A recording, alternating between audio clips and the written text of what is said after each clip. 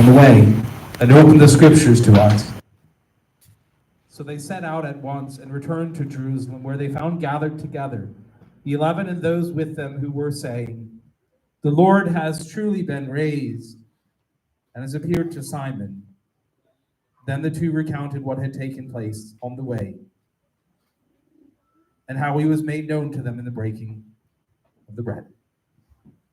The gospel of the Lord. Praise to you, Lord Jesus Christ. I wish as we gather here this day that there was some words that I could offer that could take away the pain that you feel in your heart. There are no words for the depths of the loss that you have felt and you will continue to feel. No words to express the amount of love that you had for Colleen and you always will have for Colleen. I think in a moment like this, two things come to mind. First, the gospel that we just heard. That's the gospel from Easter Sunday night. And the disciples are so overcome by grief, the death of Jesus, that they don't realize that he's right there among them as they walk on the road to Emmaus. I would suggest in this moment, when the eyes of the heart are overwhelmed with grief, that we remember that God is in this moment too. He did not wish or will what happened to Colleen to happen to her. He loved her, and I suspect he weeps with all gathered here this day. For he loved her too, and she loved him. I think the temptation is to chase after all the whys, the health whys. But I think, in truth, the part of all that has occurred we'll never understand.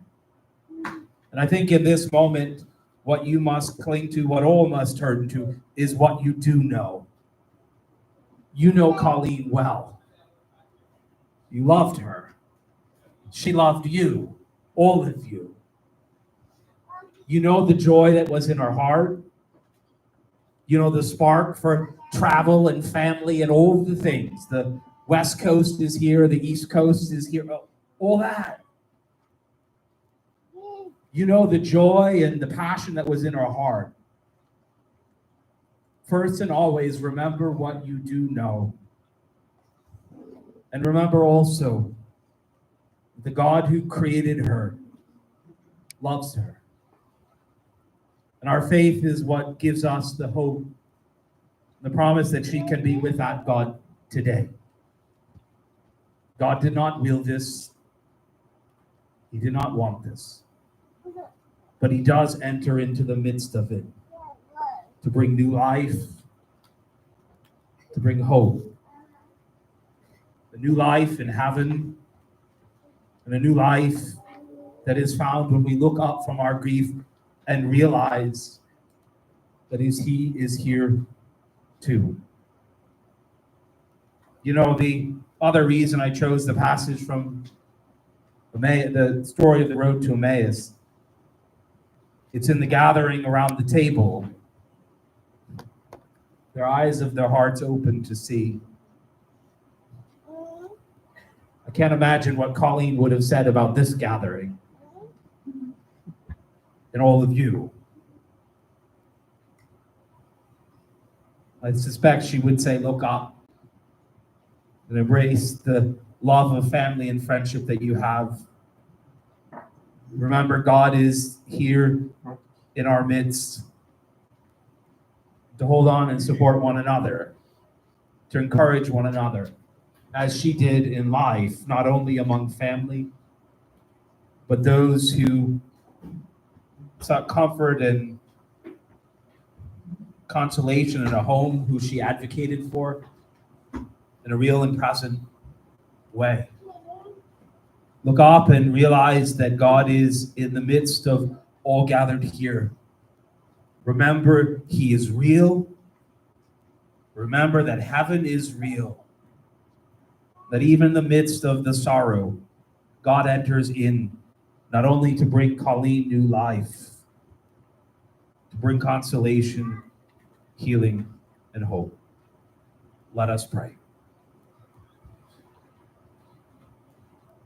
Into your hands, Father of mercies, we commend our sister Colleen, the sure and certain hope that together with all who have died in Christ, she will rise with him on the last day. We give you thanks for the blessings which you bestowed upon her in this life. They are signs to us of your goodness and of our fellowship with the saints of Christ. Merciful Lord, turn towards us and listen to our prayers. Open the gates of paradise to your servant and help one another to encourage, to bring hope, to bring consolation. Merciful Lord, turn towards us and listen to our prayers. Open the gates of paradise to your servant till we all meet in Christ and are with you and our sister forever. We ask this through Christ our Lord. Let us pray the words that Jesus taught us together as we say, Our Father, hallowed be thy name. Thy kingdom come, thy will be done, on earth as it is in heaven. Give us this day our daily bread, and forgive us our trespasses, as we forgive those who trespass against us. And lead us not into temptation, but deliver us from evil. Eternal rest grant unto her, O Lord, and let perpetual light shine upon her. May she rest in peace. Amen. And may her soul and the souls of all the faithful departed, through the mercy of God, rest in peace.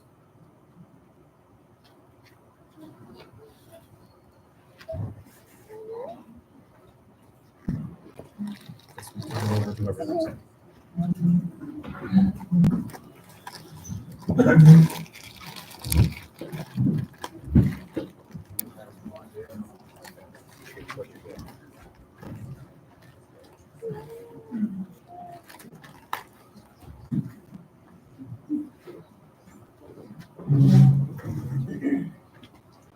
One thing that I didn't mention when I was up here earlier, can you hear me, by the way? Good. Is that I appreciate the fact that there's almost no one here in black, because we really wanted this to be a celebration of life and not to be an actual funeral. Oh.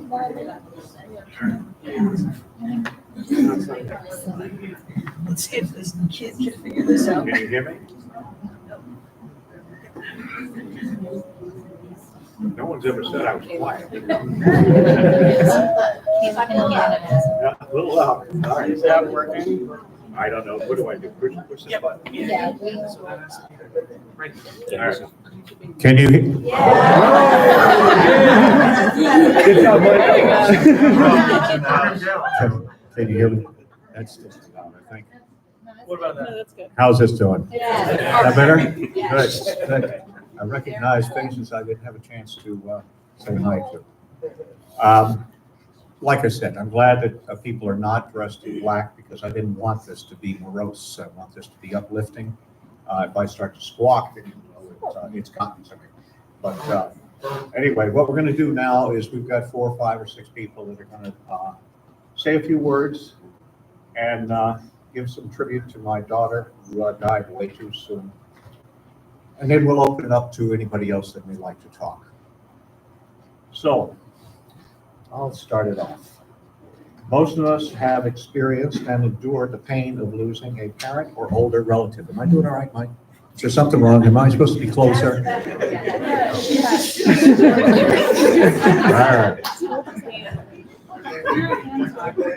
Put it right in. Should I put it inside my mouth? All right. Well, you know what? Colleen would appreciate the humor. All right. Most of us have experienced and endured the pain of losing a parent or older relative. But fortunately, very few have had to live through the exquisite pain of losing a child. In my case, I've lost two beautiful daughters. My first loss was my child at 3 months of age in a terrible car accident. The good Lord blessed me with an almost photographic memory, which in surgery in years past has always been a blessing, but visual memories can also be a curse. Watching my dear Diana, and now my precious Colleen, take their last breath is something that I've had to compartmentalize in order to go on. No parent should have to outlive their children. Is it close enough? Oh, it is. Both of my losses were far too young. Not to offend my other 7 children. Well, you know, the Irish are prolific. My father always said, don't be so obvious about Colleen being the apple of your eye. As we all know, each child is loved differently, and as we all know, Colleen was different. It didn't matter where you were. If Colleen was there, you knew exactly where in the room she was. She was hardly a wallflower, loud but never obnoxious, and always over the top. Memories can be a blessing or a curse. In this case, I try to focus on the many happy times that we have experienced. Even as a very young child, Colleen was not to be silenced. At 2 years of age, we had to leave Newick's seafood restaurant with Colleen screaming and being carried under my arm as I carried out rapidly our boxed up dinner in the other hand. One of my patients saw us and commented that I certainly had my hands full. Little did he know. She hated to be restrained. Once again, at age 2, she was in the car seat in the back of the car, situated between my parents. God love her. She proceeded to scream for over an hour and a half as we headed towards Mount Chikura. Arriving, my father calmly remarked that he never wanted to be in the car with that child again.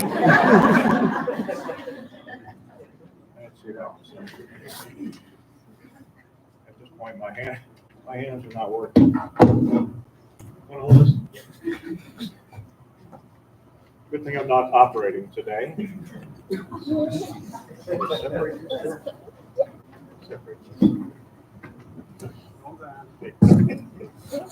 Oh, They're just glued together. I guess they are. All right. He's a pilot. His hands are working fine. Colleen was fearless to a flaw. At age 4, with her Superwoman cape on, she jumped out of the hayloft in our barn. Fortunately, that short flight never deterred her from adventure, travel, exploration, and pushing the limits.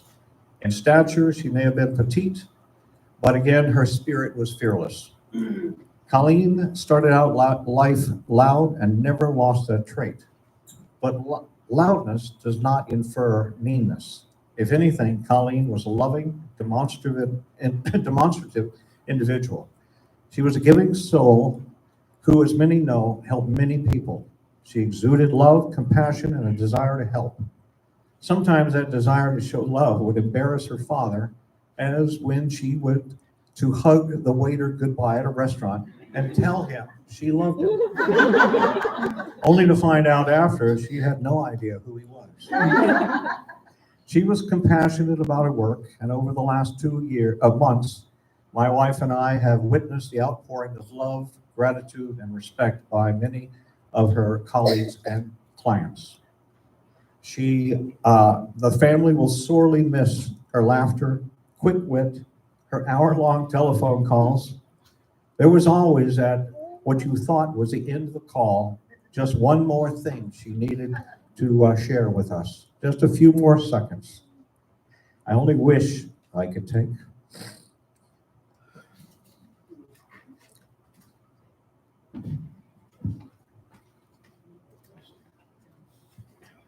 I only wish I could take that call today. Who's next? Heather. So we've got Johnny next. Good. Yeah. Oh, there's, I see. They're not in. Anyway, I got through. Johnny. No one had to make faces at me to keep me from falling.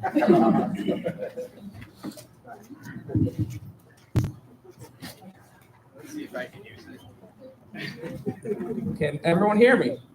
Nice. I actually got it on the first try. I was going to just say that O'Days can't use these things. So there's going to be a little bit of a repetitive nature because I did write down some of the same things that Dad did, and we didn't share speeches or anything. But before I start, I would like to thank everyone for coming. It would mean a lot to Colleen. There's a lot of people here. That's really good.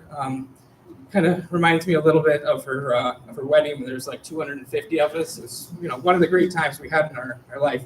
I still up to a couple months ago, Colleen would always remind me of that.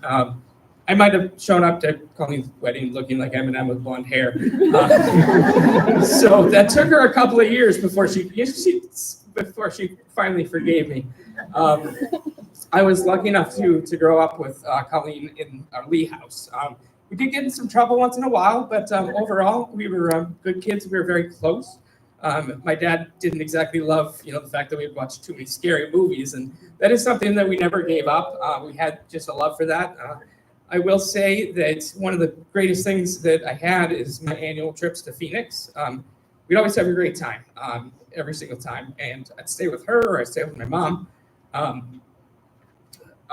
And the last time I went was in, besides this last time, I went in October, which was a great time. My girlfriend and I went down. We got to see the Grand Canyon, and we stayed with Colleen the whole time. And lots of games of pitch. I know some of you guys don't know the game, but it's just kind of a game the O'Days play, and we love to play it together. I really wish I could do that again. So this next part is kind of hard, just because anyone who knew her knew she was a great and caring soul. Always had words of encouragement, always with a joke. So that got me through some tough times. I memorized part of it. It's not. I did have a difficult time actually writing this. I had to really write bullet points over the last month. Trying to coalesce it into any kind of speech was very difficult. I tried my best though. One thing I do have to say is she always checked on me when I was down, even my darkest times. Sorry, but my conversations with Colleen would kind of didn't go on for a long time.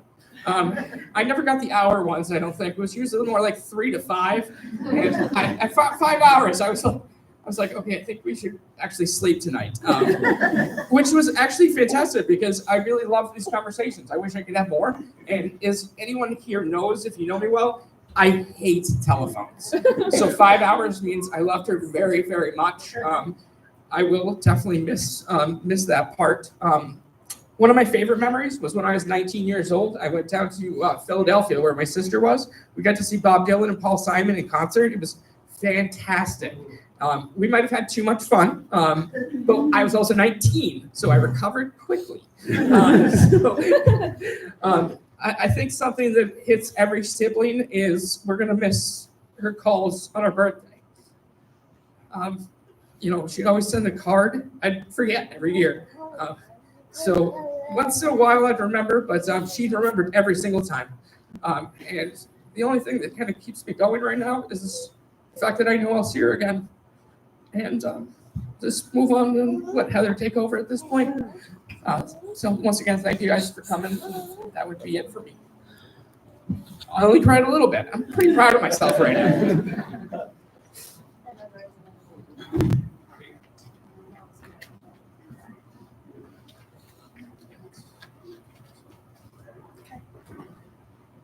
It's very clear. Thank you. Okay, I memorized none of mine. So I'll try not to cry as I look at all of you. So thank you all for being here today to celebrate the life of Colleen. For those who don't know me, I'm Colleen's youngest sister, Heather. So a little bit different than Trisha and Colleen. Trisha and Johnny. We didn't grow up as young kids together. Colleen's 15 years older than me, so our relationship was quite different. She was someone I looked up to, inspired to be, and I still do today, both in my personal and professional life. When I was 16 years old, I went and stayed with Colleen and Andrew for about a week during the summer to shadow Colleen as a lawyer, to see if that was something that I wanted to do with my life. It's always interesting to see someone in their work element when you've always experienced in their vacation mode. And It was mesmerizing. She was so put together and professional, and you could see how much of an impact she was making every day in others' lives. She was brilliant, charismatic, and always full of life. On that trip, we also went to Los Angeles, Laguna Beach, and I learned a lot of lessons during that time. One being that I was no longer in my bubble in New Hampshire. And the phrase, "Welcome to the real world, Heather," came during that week, shortly after our car's tire blew up halfway to LA in the middle of the desert. One afternoon there, Colleen tried getting me on a mechanical bull at a famous bar out in West Hollywood. But you had to be 18 years old, so she tried everything to convince everybody that she was my legal guardian. That didn't quite work out well, so she went on herself and legit stayed on till the very end and had the entire crowd surrounding her and cheering her on. I spent the largest chunk of time with my sister when I was between the ages of 16 to 22, which are pretty formative years. Although Colleen lived across the country, she always made an effort to come home multiple times each year or to meet us for family vacations. We visited Ireland back in 2008 for one of the O'Day family reunions, where we got to spend the day in Galway seeing all the places she used to go when she studied abroad, and then spent time at my first nightclub. And I say a hostel, but I'm pretty sure it was a B&B. But I'm basically scared of everything, trying new things. But being with Colleen always made me feel very comfortable.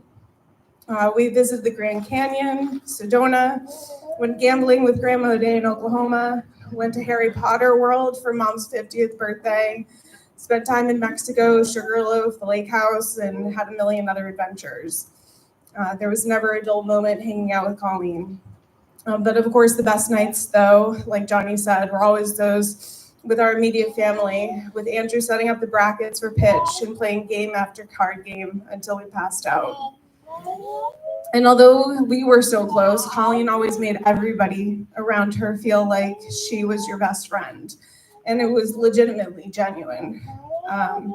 She also had a million best friends, having 15 bridesmaids at her own wedding. She was the loudest and most loving person that someone could meet. If she were here, you'd be able to hear her laugh across the room, which when I was younger, I was quite embarrassed at during quiet dinners. But as we grew older, it was what you always wanted to hear. She always seemed like she was having the absolute best time and wanted everyone to be part of that feeling. She always put everybody first before herself. She did that in her personal life and certainly in her professional life. And God knows we need immigration lawyers like her. Been crying through this whole thing. Colleen's passing was certainly unexpected, and it doesn't really seem like it's real still. Since I don't see her every day, part of me feels like she's just going to be up here for a visit this summer. Sorry. But the one thing that's helped me during this time is Colleen didn't sit around and have her life pass her by. She lived her life to the fullest. I can already feel her with me, trying to convince me to take more risks and more adventures and lighten up a bit. So I love you, Colleen. Thank you.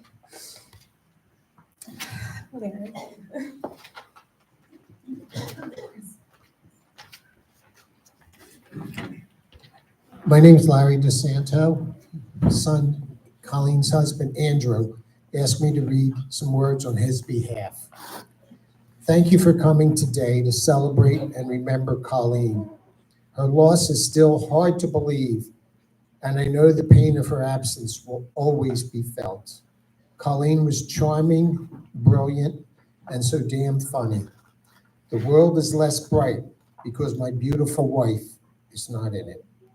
I could write a book, and it would still not be enough to properly describe Colleen, the love we shared, or the belief we had in one another. Even in the midst of this terrible loss, it is not hard to find the feeling that I am so lucky to have been with her. We lived a very blessed life together. I know I will be telling stories about Colleen for the rest of my life that no reasonable person would believe, except I know those of you here today and watching online would believe them. I know you have your own outrageous stories and memories of Colleen, some of which you've just heard. Please hold on to those memories, especially since the soundtrack to them is almost certainly that amazing, powerful laugh that would come erupting from Colleen and that you could hear from a block away. With time and allowing for our shared grief, I hope we can enjoy those memories with more love and happiness than sadness. I want to celebrate the life and love that we shared. We were a couple for 25 years, married for 22, and worked together as DiSanto and DiSanto for 19 of those years. Colleen's outsized presence, positive energy, and irrepressible personality were irresistible. I based my whole life around her, and for good reason. There was absolutely no one like her, and I never wanted to be apart from her. She lived life on her own terms, unapologetically, and as she made sure it was never, ever boring. We had joked that we had front-loaded our lives with travel and excitement.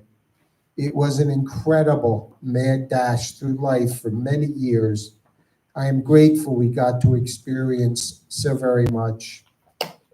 I was always proud to call her my wife and be her partner in life. But Colleen bringing Anthony into the world is her greatest gift.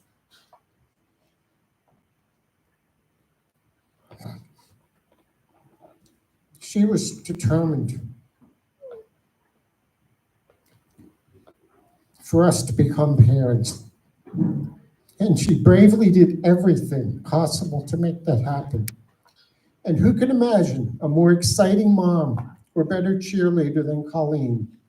Her passionate love for Anthony was expressed each day in an exhilarating way. And there was no topping the fireworks that came along with that. Anthony wants to share that she was the best mom in the entire world. He loves her very much and always will. Anthony is the toughest kid that I could imagine. During law school, Colleen found her calling and purpose. As an immigration attorney, she would put forth any effort required in order to help anyone who asked, and she absolutely lifted up a countless number of people.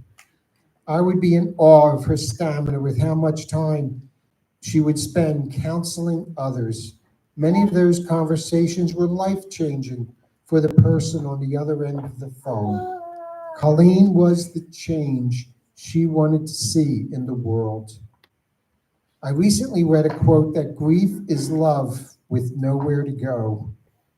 And we all have so much love for Colleen because she had a genuine, never-ending supply of love for everyone else. Please let us all try to pay that love forward. Be more open and express love in a less guarded way, even with strangers, and go out of our way to help others whenever we can. We can honor her memory in that way. I pray that we can carry her generous and loving spirit with us, with gratitude that we had Colleen in our lives. All of us are better for having known her, and me most of all. Thank you, Colleen, for our wonderful son and all that we shared and created together over the past 25 years. Thank you for all the lives you touched, all the people you've helped. Thank you for living a purposeful life, driven by endless love, passion, and joy, and for reminding all of us how precious life is, to hold family and friends as close as she did, and to tell each other always and often, love you, hon. Mike?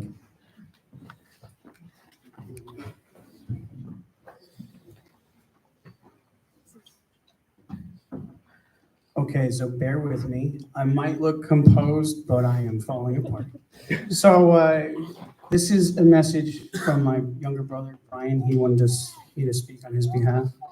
So, I'm just going to read what he wrote. And growing up, Colleen did not live in the same house, as she was 18 years old when I was born. I was always so excited to learn when she was coming home.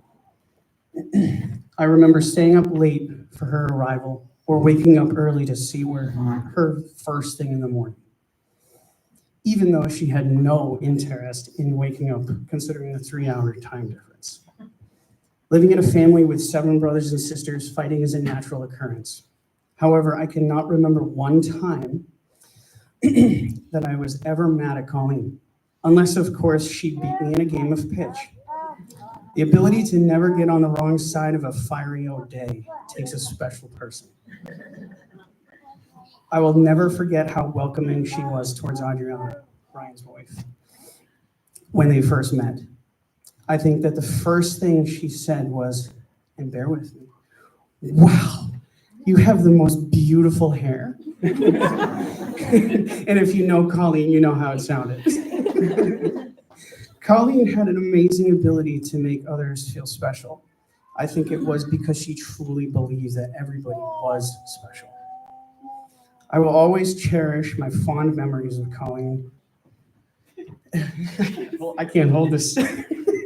Especially the late night pitch games we played all over, from Ireland to Arizona to even Mexico. I will miss her uncanny ability to renege at the most opportune times for her team. Now, if that means you're cheating if you're playing pitch. I will miss her immense love and laughter, her unfiltered kindness and respect towards others, and I know that I will continue to strive to be more like Colleen every day. Thank you, Brian. Okay, Daryl.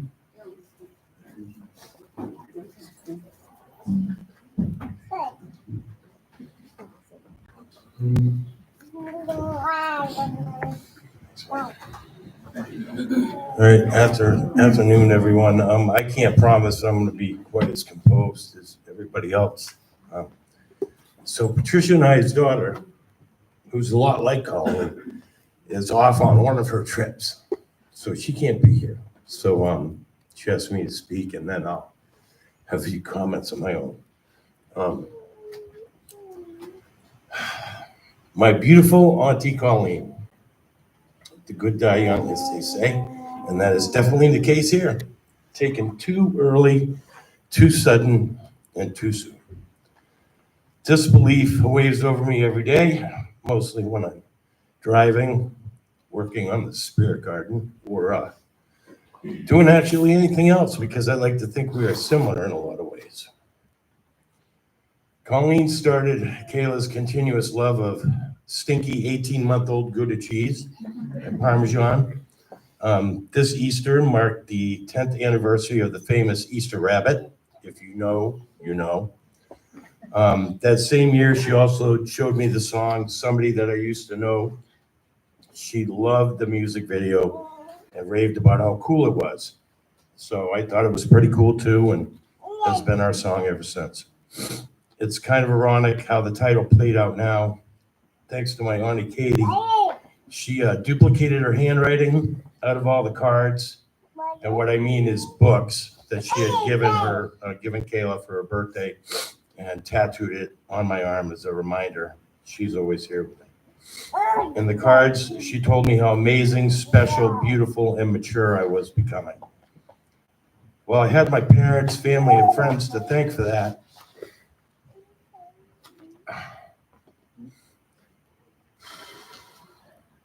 I also had my adventurous, cool, funny, crazy, beautiful, smart Auntie to show me how life is done. I remember when we went to Flagstaff and she put her signature hairstyle in my hair, space buns, which is now my new favorite. She loved anything cool, creepy, and out of the ordinary. This past Thanksgiving, I got to fly Adam out to Arizona for the first time, and we got to experience our last holiday with her. I sent her a Christmas gift for the first time ever this year. I thought, Auntie Colleen does so much for me. Why don't I send her anything? So I started this year, and I'm so glad I did. She sent me a text saying how appreciative she was of it, even though it was just something small. She packed so much into these past 50 years of life, which is one of the things that helps me sleep at night, knowing that she had no regrets, did most of the things she wanted to do probably, and yet she was still able to be the most giving, kind, compassionate soul some of us has ever met. Was she crazy? Yes. Did she tell you things you never knew? Absolutely. Or you wish, sorry, did she tell you things that you wish you never knew? That's right. That's right. That was her. That was her. I don't think any of us are traded for the world. While I unfortunately cannot be here today, I am watching the live stream and here in my heart completely. I will forever carry on her spirit, whether it be wearing her old clothes, being the loudest one in the room, taking a picture with my eyes closed, or throwing up the peace sign.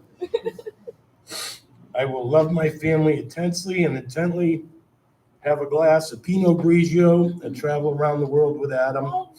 Say, I love you, hun, or whispering in your ear, I'm sorry, while laughing creepily. Telling the waiter at the restaurant I love them, wearing hot pink nails and going to Japanese gardens. And last but not least, buy my niece a bunny on Easter after my brother tells me no. The spirit garden has a new meaning now, and maybe this was the whole plan. I remember sending you a picture of the drink list and saying how I wanted you guys to come and sit at the bar or one of the comfy lounge chairs, and you said, I will, with a whole bunch of exclamation points. Just that text alone kept and will keep me going on my dream forever. After I got the call that this happened, the whole week, while I was praying for her to get better, I was listening to my new favorite song, California, by Joni Mitchell. And on her final day, when we were playing all of her music for her to hear, Frank, one of her best friends, played the song. I heard the beginning chords of California, and I broke down. Little did I know that was one of her favorite songs as well.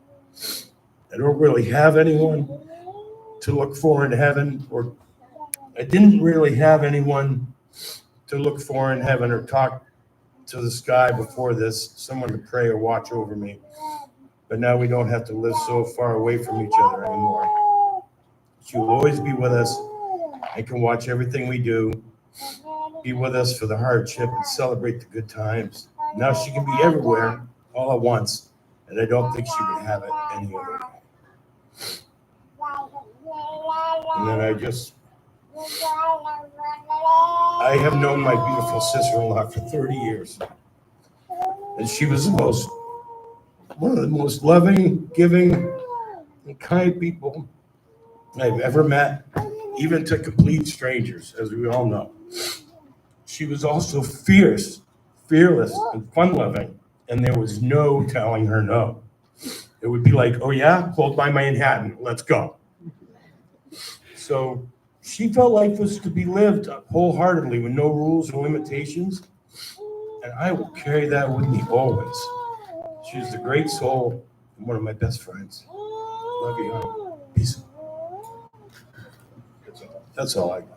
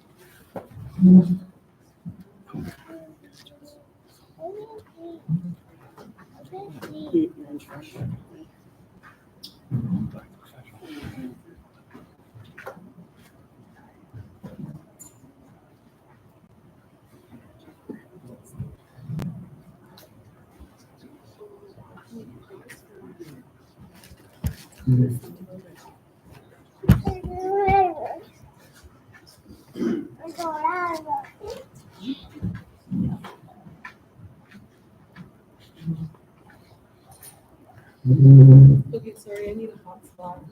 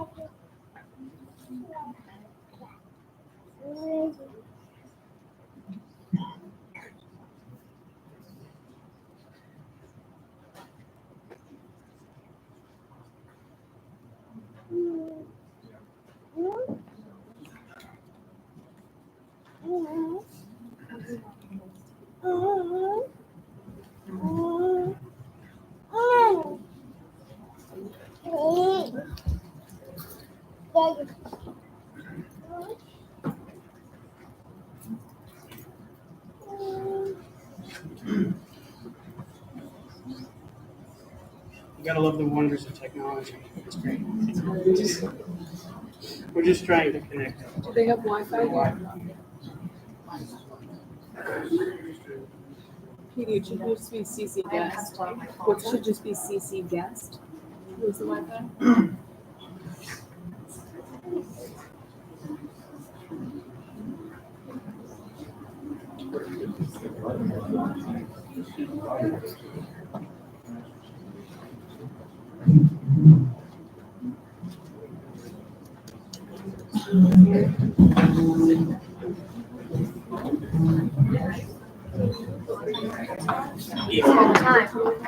Yeah, you want it? Yeah.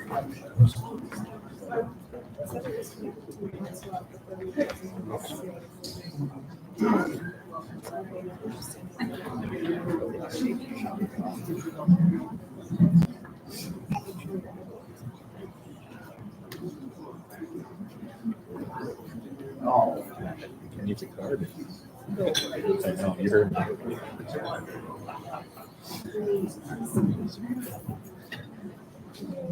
And on?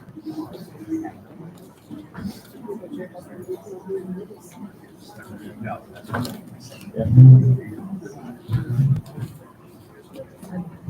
No?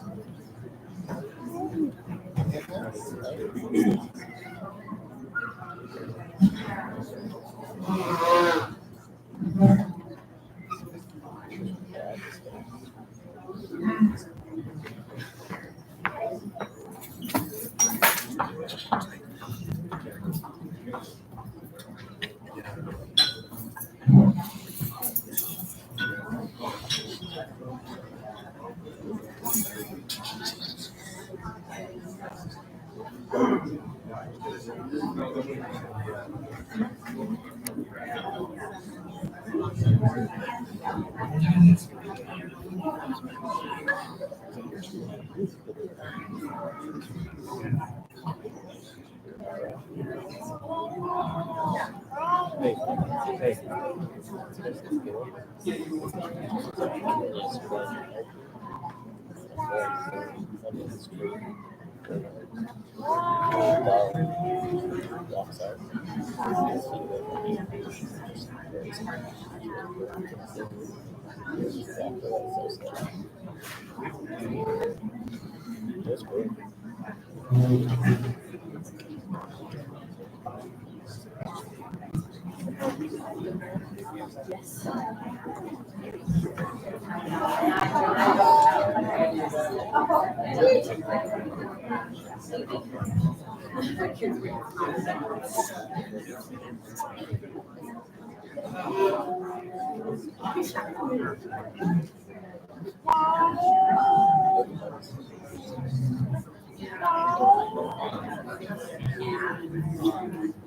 Colleen was.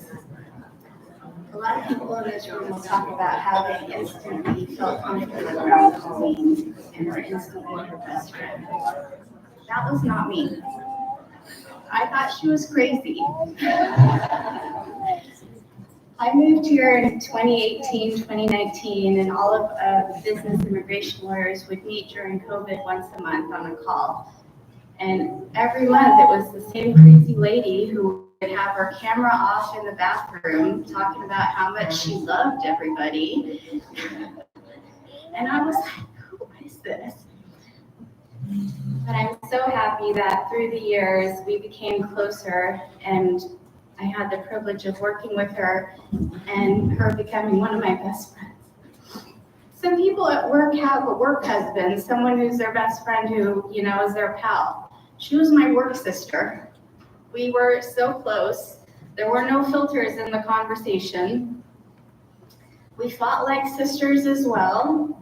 We had so much fun working together, doing crazy consultations together, sometimes as avatars. I have no idea why. It was just part of the charm of Colleen.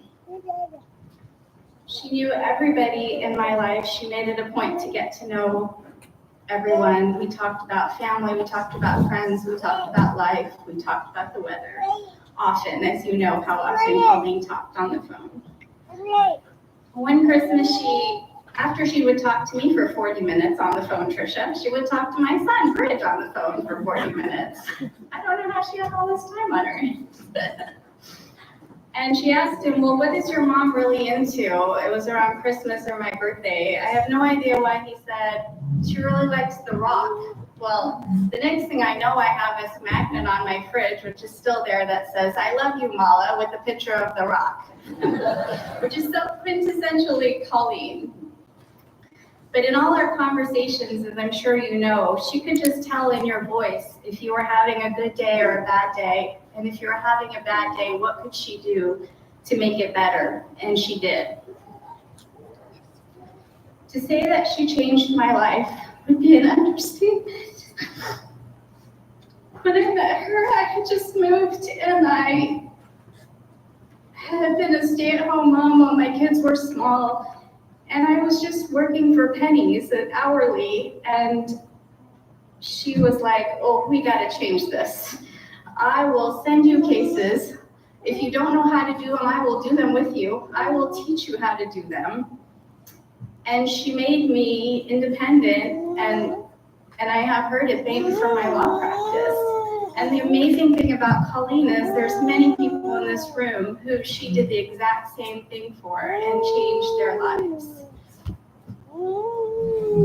Sometimes when you are a solo or a small solo practitioner, it can sometimes be a little lonely. Like if you are at a law firm, you can just go next door, you have colleagues to kind of run things by. Colleen made sure that nobody in our AILA immigration chapter ever felt alone. You could always come to her.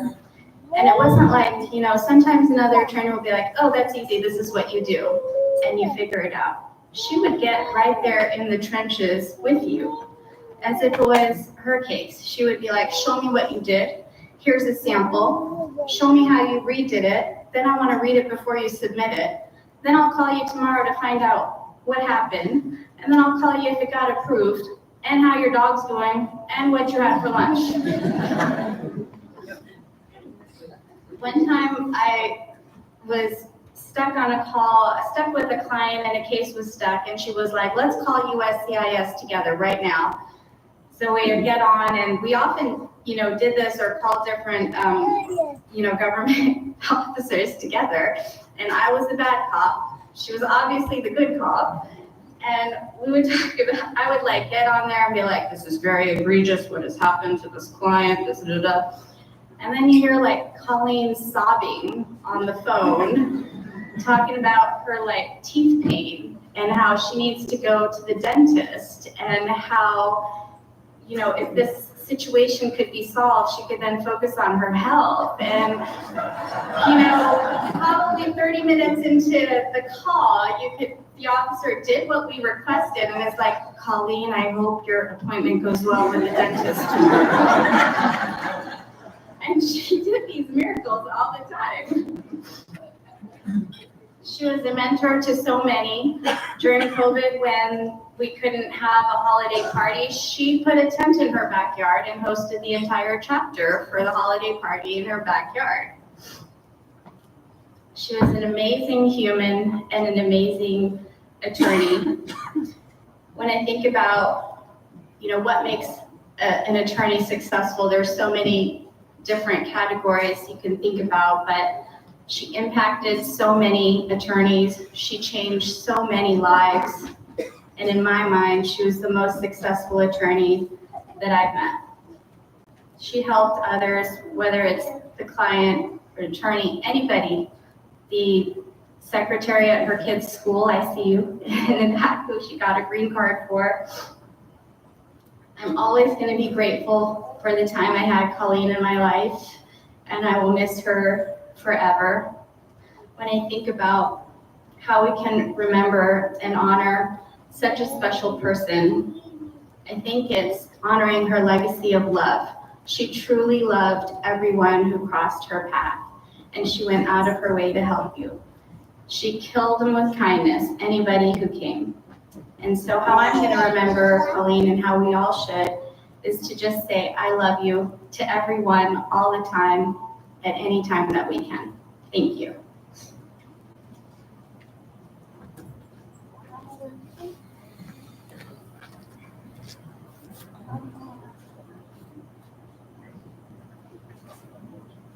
Yeah, Colleen was our best friend. And excuse the reading, but it's the only way we're going to get through this. We met Colleen and Andrew 17 years ago, back when I was pregnant with our first child. Shout out to Alex Katzendorf for that introduction. We were still new friends then, just getting to know each other. But when I went into labor early and ended up in the hospital, somehow Colleen was one of the very first people to show up. We hadn't invited anyone. We barely knew what we were doing ourselves. But there she was, walking into that room, warmth and calm, and this immediate sense that everything was going to be okay. That was Colleen. She didn't wait for an introduction, she just showed up, because that's what her heart told her to do. Colleen had the ability to light up every room she entered. She could start a conversation with anyone, and she was constantly joyful, adventurous, hilarious, goofy in the best possible way, brilliant in every sense, and deeply kind. Colleen was always there for people. Not just when it was easy, but especially when it was hard. This is the gift she had for making everyone feel special, like you were the most important person in the world when she was talking to you. And that wasn't an act, that was Colleen.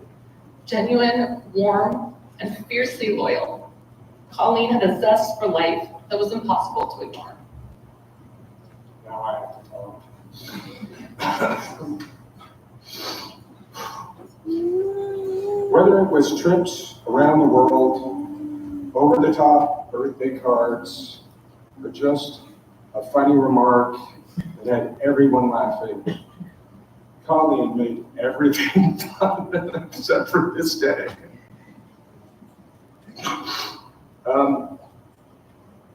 When we played board games, and we played a lot of board games, Colleen was always my Trivial Pursuit partner. And even though we lost almost every single game to Molly and to Andrew, Colleen and I had the best time.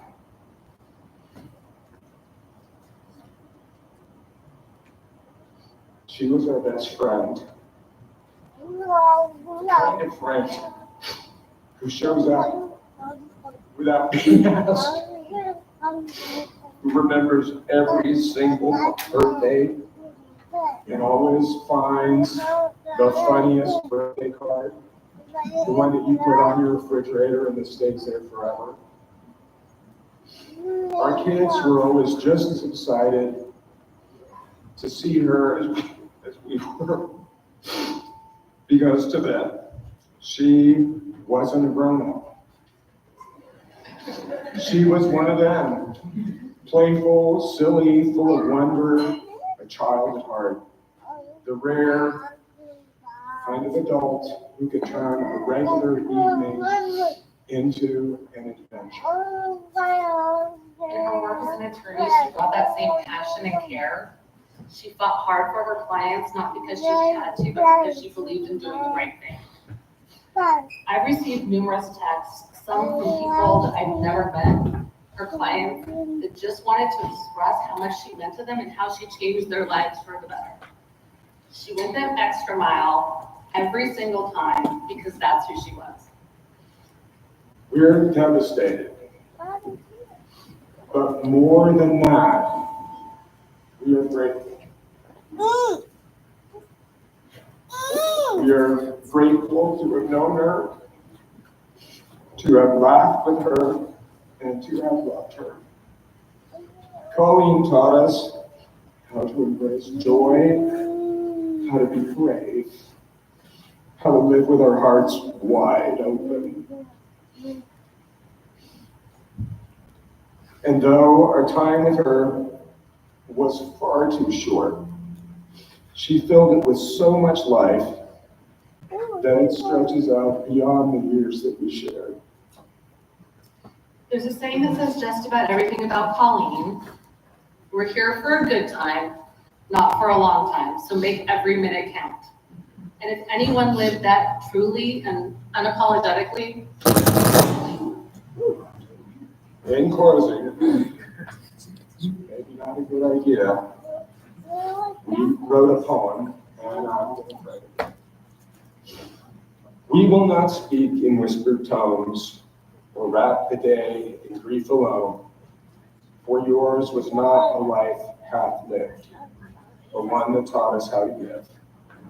You walked here with steady grace, a kind word lit upon your face. You knew the art of listening well, the stories only time could tell. And once we laughed, remember this, that dreams found in a launchpad's kiss. If you like pina coladas and getting caught in the rain, you taught us how to dance through pain. You showed us joy and sweet surprise in midnight talks, in morning skies. Your quirkiness so fun and bright, always full of such delight.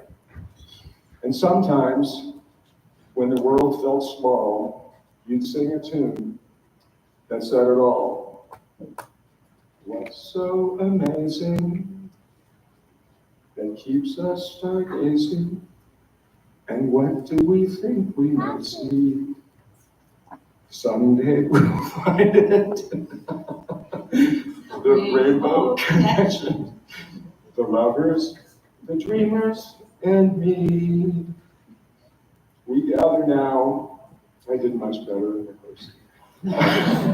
We gather now with hearts made sore, not just to grieve, but to adore. The laughter that we waste in days, your competitive streak, your stubborn blaze. You taught us how to weather rain, to laugh through sorrow, sing through pain.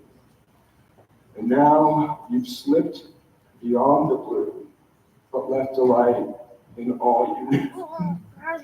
So raise a glass and let it ring for tears and tales and songs we sing. Yes, we like pina coladas too, and loving well, like you showed us to do. we love you, Colleen.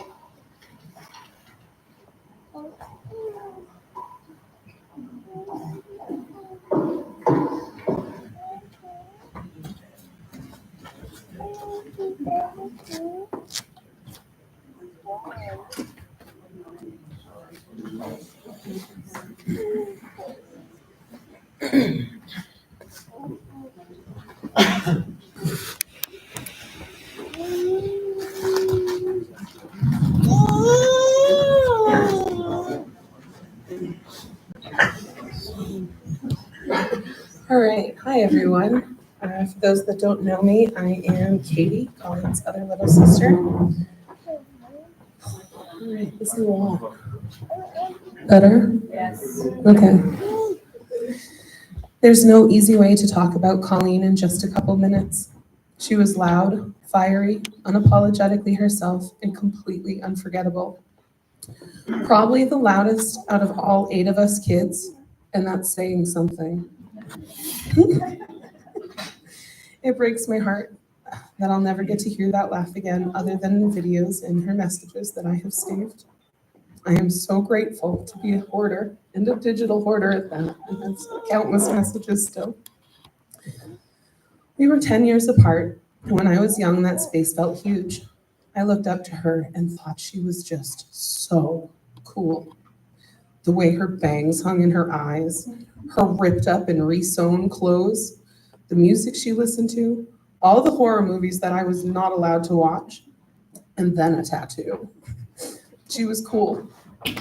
But time has a way of shifting things. As I got older, I began to really see her humor, her stubbornness, her heart. We understood each other more and we connected in new ways. It meant something different than it used to. There are so many stories that I wish I could tell. Some are just a little too wild for this room. But if you're here, you probably know her and have loved her and probably have your own wild stories. Let's just say knowing Colleen meant learning some things maybe a little bit too young and having adventures that probably shouldn't be repeated here, especially in front of mom and dad. I really believe that, I really believe that at the center of all of this, of life, of loss, of everything, is love. It's the whole reason that we're here, to love one another, to be loved in return, and to feel all of the love and joy and pain that comes with that connection. A love like Colleen's doesn't just disappear. It becomes part of all of us, and it moves through us. To Anthony and Andrew, you are so very loved. It was always such a blessing to listen to Colleen's stories and see your world through her eyes. Never hesitate to lean on our family. I love you both so dearly. And to Colleen,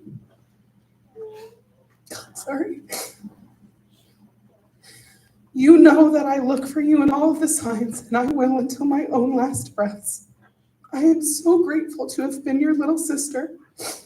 I'm so grateful to have shared so many secrets and stories that you probably weren't supposed to.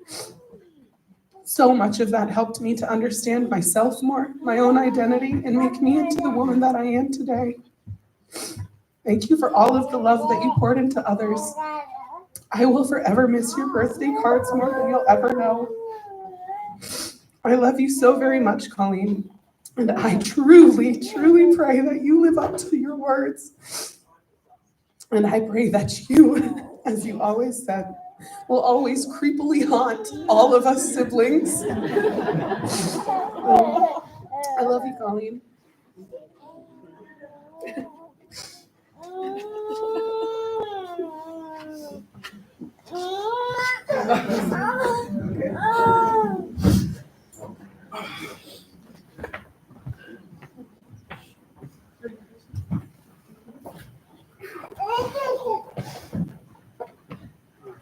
Well, good afternoon again.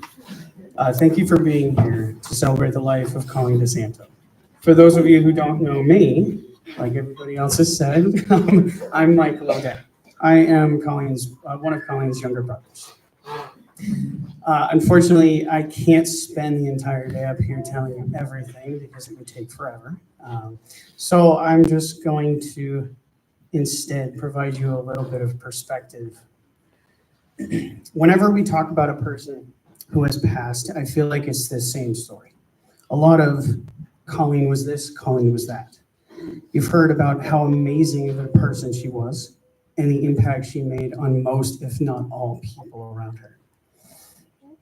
For those of you who know me, it's absolutely impossible for me to make a long story short. My mother actually told me to write this down to make sure I would shut up eventually. So this is my attempt at a short story.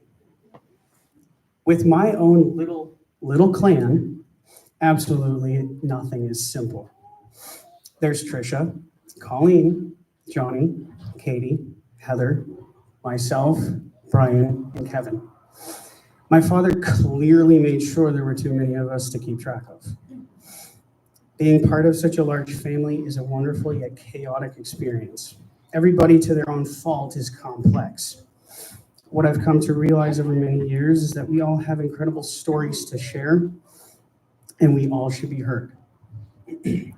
No matter how small or large the impact may be to or for others around us, it's important to truly listen. The biggest problem with the O'Days, however, and I'm definitely at fault and guilty of this, is that we will always love to interrupt each other. That's why I was told to speak last. Oh God, I'm doing the dad thing here.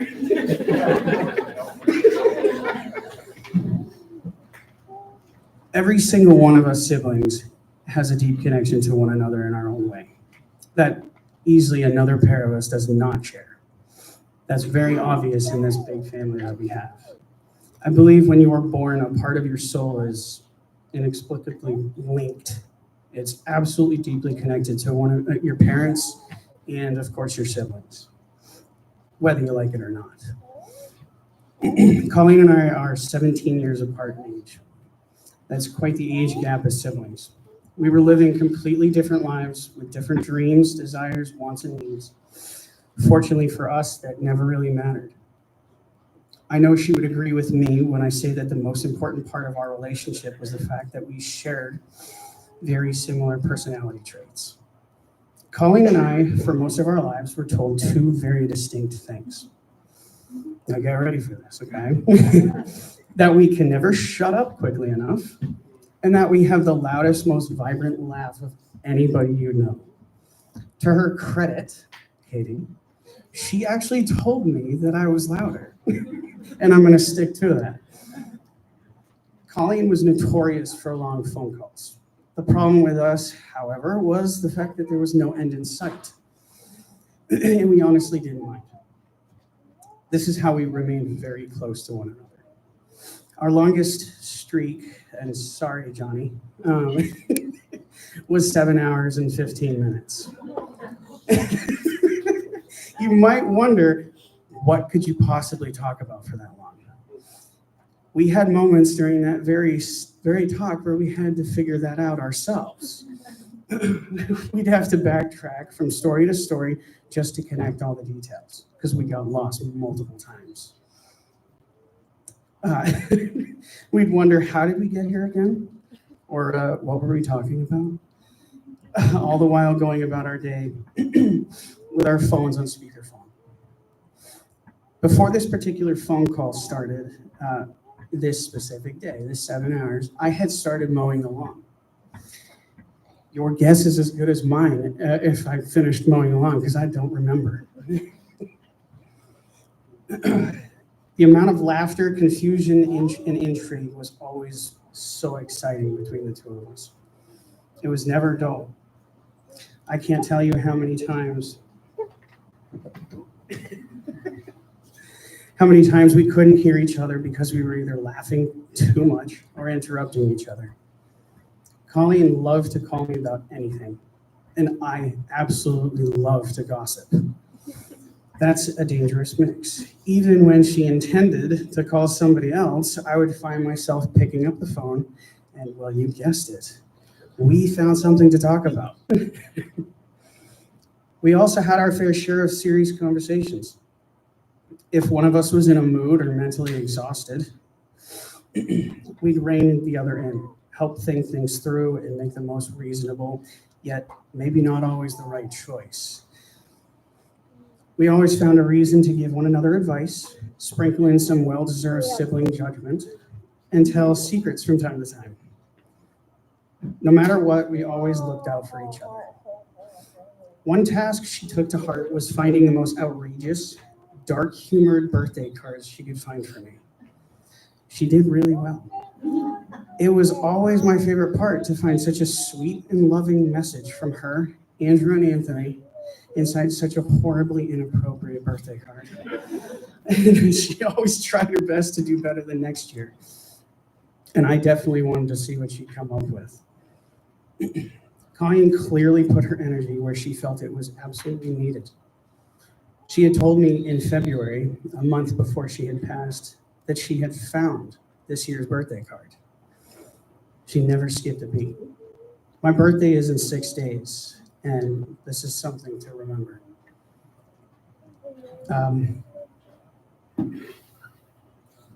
Sorry. I didn't think that would break me. All right. So without any particular reason, at absolutely no particular time, she would tell me that I'm the most intelligent, sorry guys, the most kind and funniest person she's ever met. I used to love joking around with follow-up questions like, are you feeling okay? What's wrong? Are you sure about that? Because you've got to be careful making such a bold claim. I knew she was being genuine, and it meant the world to me to hear that. I remember one time I had said to her, you know, you don't have to pretend you're complimenting me. You could just look in the mirror and tell yourself that you think you possess these qualities. What followed with that comment was just a burst of laughter from her that I will never forget. I've always tried to look after my family, whether it be in small or large ways. It's just a part of who I am. And she always noticed. She was always proud of me for something, which, to be honest, wasn't fair, because that meant then I had to figure out what I did to deserve it. It was extremely obvious how she appreciated being my sibling. We all live a life full of internal and external struggles, and for the last few months, I have found it difficult to juggle these circumstances. My emotional strength has not only been greatly challenged, but it's been damaged, unfortunately. And it's not easy feeling heartbroken, but unfortunately, we all have to go through it, and we learn how to become just a better person. And that's something that we all can learn from Colleen. So that brings me to my last final point. A brief anecdote of a vacation out to the Grand Canyon. Years ago, as I recall, we had to drive on a very long, time-consuming road to reach our destination. I, in my infinite wisdom, thought it would be entertaining to share an abstract story that I had written in high school. I wrote this paper prior to the trip, so the details at the time were very fresh in my mind. Anyway, to spare you all of the details, at the end of the paper, I had concluded with a quote of my own making. It said, in quotes, "Why did this happen to me?" To most, this may seem insignificant, but to Colleen, she carried that for the rest of her life. It would always somehow find its way back to her and I. Why did this happen to me? It started out as something funny, but over time became one of the most defining pieces of who we are. So at this time, my brother-in-law Keith had mentioned a few days ago that he might have to start playing the Oscar music to get me off this stage. So, thank you for listening. But without further ado, if anybody in the audience is up for sharing anything that they'd like, please raise your hand and I'll bring you the microphone, or you can come up here to share some words if you'd like. So everybody is welcome, but please raise your hand if you'd like to. Thank you.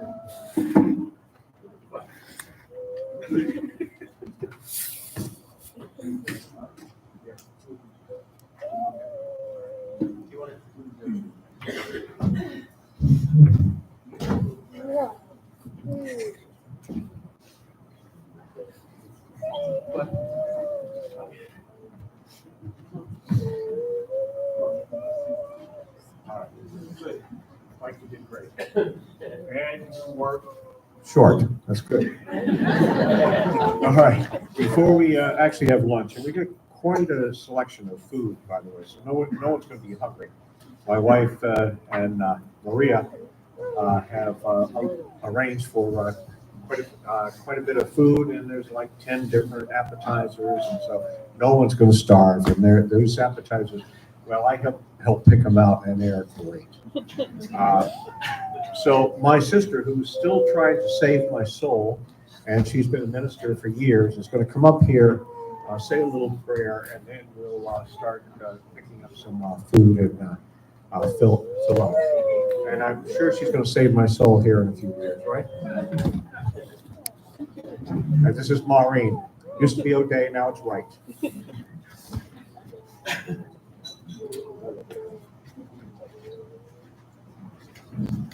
Let us pray. Gracious Heavenly Father, you are a good and gracious God, and we can feel your presence among us this day.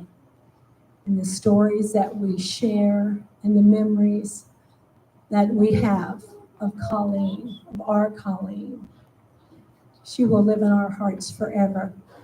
And we give you thanks for the opportunity to have known and to love her.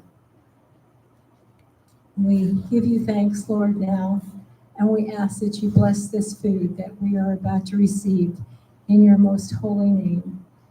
Amen.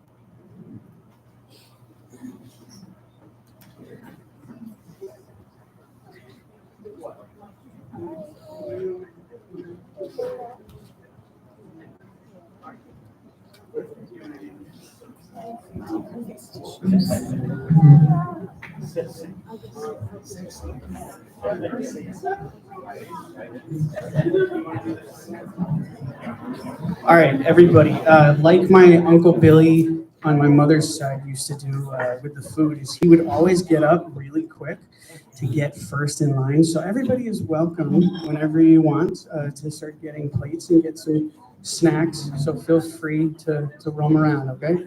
Thank you.